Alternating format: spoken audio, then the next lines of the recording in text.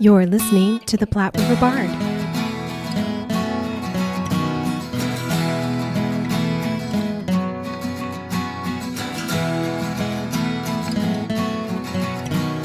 Hello, and welcome to the Platte River Bard, and this is Chris Berger. And I'm Sherry Berger.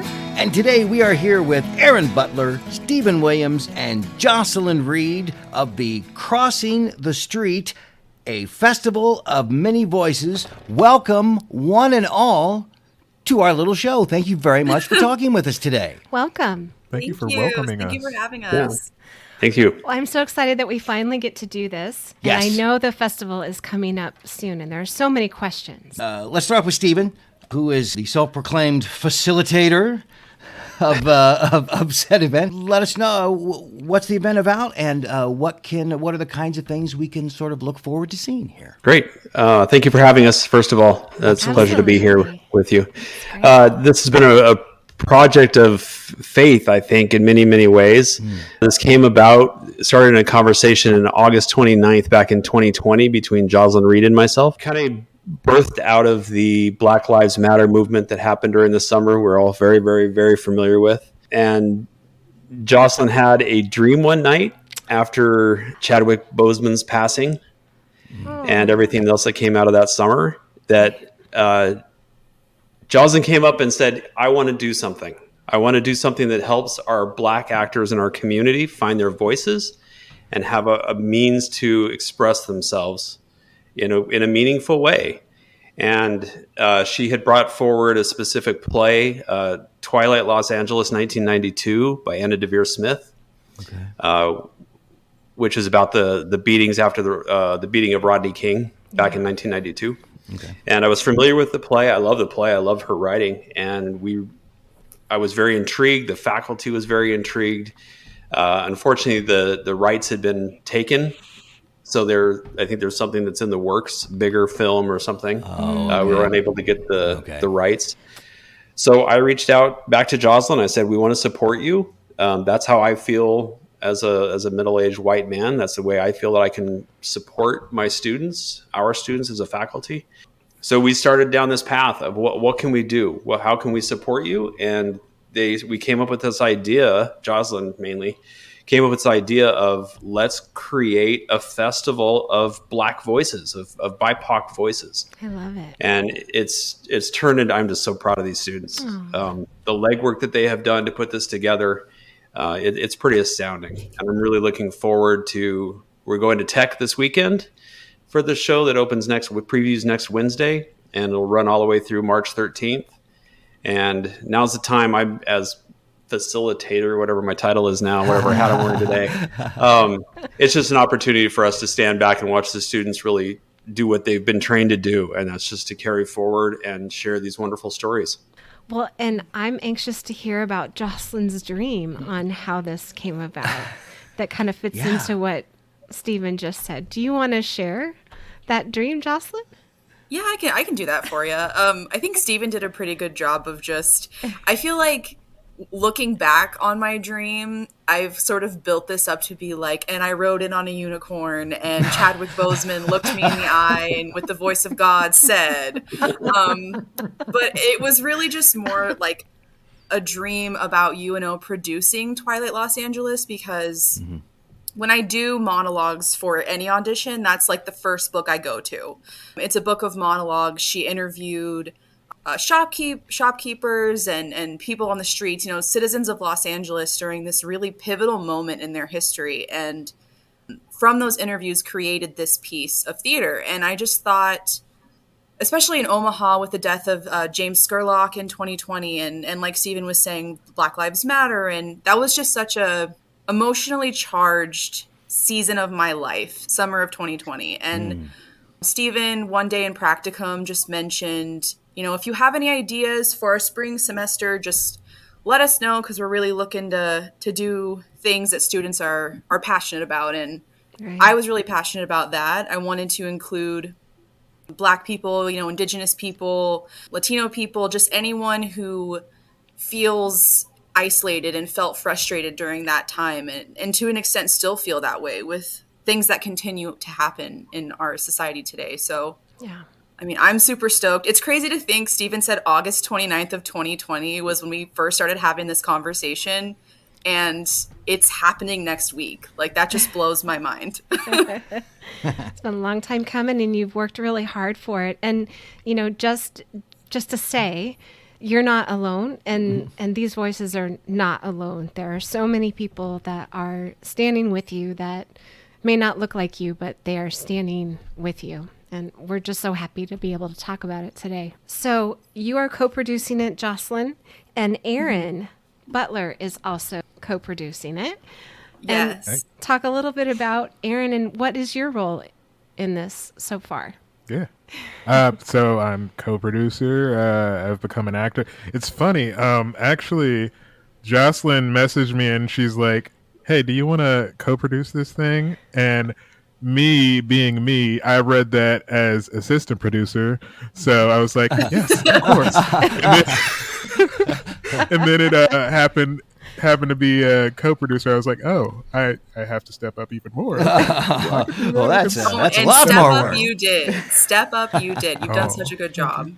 Thank you. But yeah, and now I am an actor in it. I wrote a spoken word piece. I actually started writing it before this, and then it's really interesting how now it's become this thing that's going to be seen by the public and not just in my thoughts in my little journals. Sure. Yeah. And so you are that's- performing the piece that you wrote, or someone else performing the piece that you wrote? So now I'm performing the piece that I wrote as Okay. myself, which is very interesting. Yeah. And it was for my grandpa who passed away. He was a soldier, or he was a Vietnam veteran, and he basically taught me everything. And the piece that I wrote personally was about, it's called Who I Am. And then it's about not knowing where, black and brown people might not know where their last names come from. So yeah, that's really interesting. And I thought that was really interesting enough to write about. absolutely. Yeah. And very personal. Yeah, and so it's a story completely from your point of view as you. Just very personal. Okay. That's all I'm going to give away about that. Okay. Yay. Yes. Fair enough. No spoilers. No spoilers.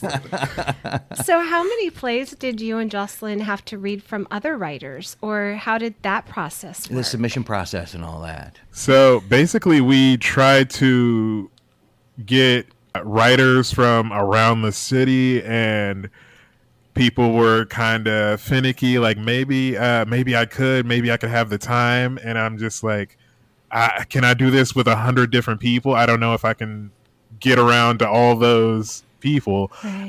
And so thankfully, a professor of ours, Ron Zank, offered up a website that we went to. Do you remember the website, Jocelyn? New Play Exchange. Oh, New Play Exchange. yeah. Yeah. And Okay. yeah, go ahead. Offer it. Sorry. It's a really great resource. There's a lot of largely unproduced playwrights on the website that can upload their own personal work. And we were really honestly blessed with, we have 7 playwrights. 2 of them are local, one of them being myself. And the other is a peer of ours named Robert Nutt, who goes to UNO with us. But a lot of our playwrights they just were happy that we were doing a festival like this at UNO and just donated their pieces to us and we've worked very closely with them throughout the entire process, which has been, I know for me, it's been incredible. And the actors have really built those relationships with them as well. So we have 7 plays and then 5 spoken word pieces. Aaron, Yeah. is that right? That's not right? Okay. Oh, wow. I believe it may be 4 now. Not sure. It is 4, you're right, yes. Yeah. So it's 11 pieces total, yes. So is this working kind of similar to other festivals? Will someone have to attend 2 days to see all 11, or how is that scheduling going to work? So you will see all 11 pieces in one night. And the spoken word pieces each run about a minute to 2 minutes. Okay. So while 11 pieces sounds kind of daunting, overall it'll run about an hour 30, we're thinking. So Okay. it'll move pretty quickly, kind of like you're standing on a street corner and the cars are whizzing by, sort of that kind of feeling. That sounds really neat, though. So I was going to ask you where you got the idea for the title then. So that's how that kind of came about, that thought process of Crossing the street? Yeah. Yeah, so it actually comes from a Nina Simone quote where she talks about how you can find prejudice in America simply by crossing the street. And I am a dual major, so I have I'm getting my BA in theater, but I'm also getting a BFH in Black Studies. Okay. And, we recently have been looking a lot at segregation in America and that whole idea of the civil rights movement and how eerily parallel it is to today. Right. And Ron Zank, who's the professor Aaron mentioned earlier, had kind of shed his own personal view on how back then they would cross the street to avoid difficult conversations. And now we're crossing the same streets to engage in those conversations and find common ground with each other. And I mean, that was the first name that we threw out, and that was the one that stuck. And I think I've been a little kind of wavy on it because I'm man, it was the first one and we could have found another one. But I really do think it was meant to be called Crossing the Street. Yeah. And it really just encompasses what we're trying to do here, I think. Now that explain and talk that whole thing out, I don't think there's any other thing you could have called it. It's wonderful. Right. That is completely perfect.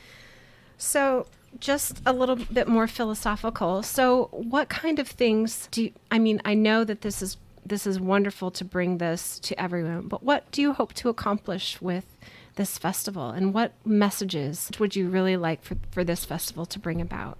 I think personally, I would like to just start the conversation of race and not have it be this looming thing over our heads that no one wants to talk about in the room. Fair enough. What do you think about that, Jocelyn? Yeah, I agree with that. I think also for me too, a thing Aaron and I spoke a lot about when we were looking for these pieces was how being a person of color in America is often boiled down to your experience and with trauma and those things that have been traumatic in your life, like prejudice and hate crimes and just things you see on the news. And that's not all the experience of being a person of color is. There's a lot of joy and there's a lot of community involved. So when we were looking at picking pieces for the festival, there are definitely those moments where we do touch on those traumatic experiences, but there are also moments of joy. We have a show that has 2 women of color and then a Caucasian girl, and they're hunkering down for quarantine and they're talking about not shaving their legs anymore. There are moments where we really wanted to focus on, as I guess sort of corny as it all is, we are all people. Yeah, the human aspect of all of us, absolutely. Exactly. We kind of sometimes maybe might forget that. Yes, women everywhere can relate to the not shaving of the legs. Right, during quarantine. Just saying. Yes, and just seeing, people of color on stage just be on stage without it having to necessarily be about, their race. And while I do think that is important, we wanted to shed light on that as well. It's a great reminder that we all are human and we're all connected. I'm very excited to see it, and I'm surprised that you can get it together in an hour and a half. That just seems like it's a lot in just a short amount of time. Yeah, we'll see how the hour and a half goes. I guess when we roll into Tech Saturday, we'll start getting more of an idea. Optimistically, an hour and a half. And I mean, it's still a theater thing. So every day, things are getting shorter and shorter, and we're true. I mean, personally, in one of the shows that I'm in, we are starting to hop on top of each other's lines and get them just like that. So yeah. And Aaron, are you a theater major as well then at UNO? Yeah, I have been for 4 or 5-ish years now. Yeah. So you're into your last years. I'm getting there, yeah.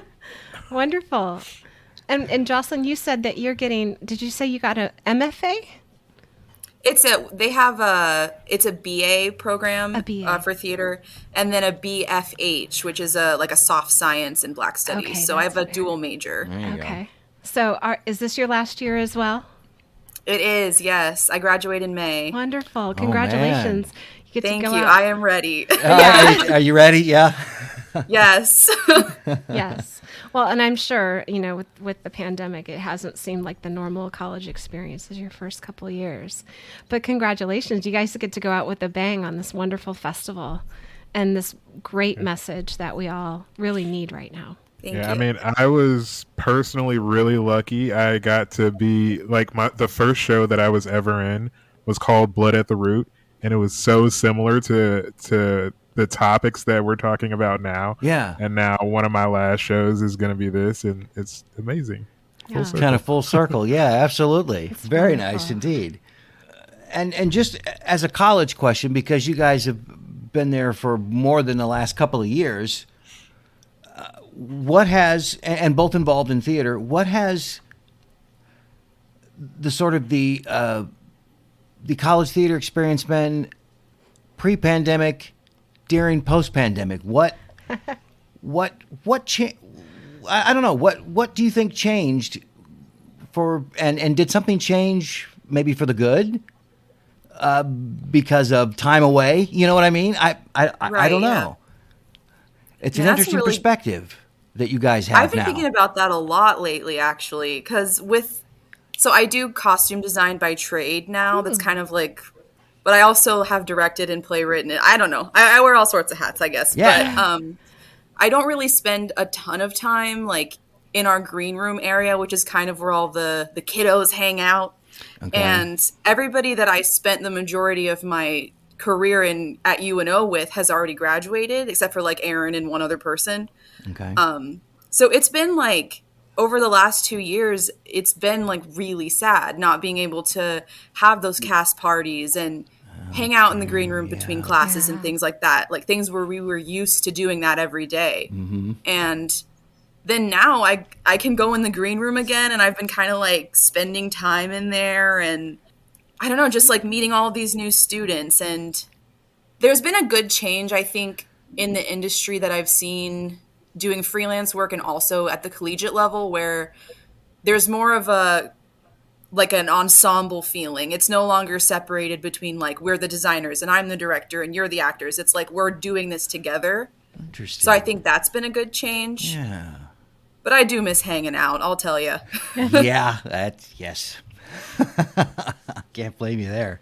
Yeah, I mean, as for me yeah. personally, we started the big pandemic halfway through one of my classes that I was really excited for. It was acting 2, I believe. Okay. And so we had to transition from in class to Zoom, and it was just so weird having a class where you have to do exercises and move around to to this. Yeah, exactly. A little box on the screen. So yeah, just jarring kind of. Fair is the enough. way I want to put it. And this festival is in person, right? It's not a virtual option. Oh, It's in yes. person. Yes, Okay. definitely. That's great. And I'm proud of it. Yes. We're very excited to welcome audiences back to our theater again. Yes, Yeah, absolutely. Yep. Wonderful. Thank you so much for spending the time with us tonight. I'm really excited for you guys, and I think this is just such a great idea. And Jocelyn, I'm so glad that you had the dream, and Stephen, that you wanted to do this. It's fantastic. And just real quick to throw it in, just to make sure, the live performances are all going to happen at the Weber Fine Arts Theater, correct? Correct. And yes. it will be March 3rd through the 5th and 10th through the 12th are at 7:30 p.m. Specifically, the 6th and the 13th are at 2 p.m. So to get tickets, get tickets online. Yeah, absolutely. Or Tickets at the door? online, or you can go to our website, www.unotheater.com. Awesome. Thank you for having us. I'm thrilled. I couldn't be more proud of our program, and it's easy to go to work every day when you've got students like this to carry the torch for us. Yeah, no kidding, huh? And to support students. I mean, I'm thrilled at the work that they're doing, and I hope that the patrons will come out and support the students and see this wonderful work. Wow. The tickets we're selling, it's all pay what you can. Okay. For this festival. Love that. Nice. That's great. So yeah, we're thrilled. So we will preview on March 2nd. Again, we'll take one night off, and we're back on 3rd, 4th, and 5th. And then the following weekend, we have Sunday matinees at 2:00. Otherwise, all of our performances are at 7:30 in the Weber Fine Arts Building on the UNO campus. There we go. Wonderful. Well, and best of luck to Aaron and Jocelyn. This is your senior year, and we congratulate you. And I know you're going to go on to big things. Yes, indeed, and break legs on. Thank you so much. Thank you. Break legs on the upcoming performances as well. Break all the legs. And thank you very much for coming. The name of the event is Crossing the Street, a festival of many voices.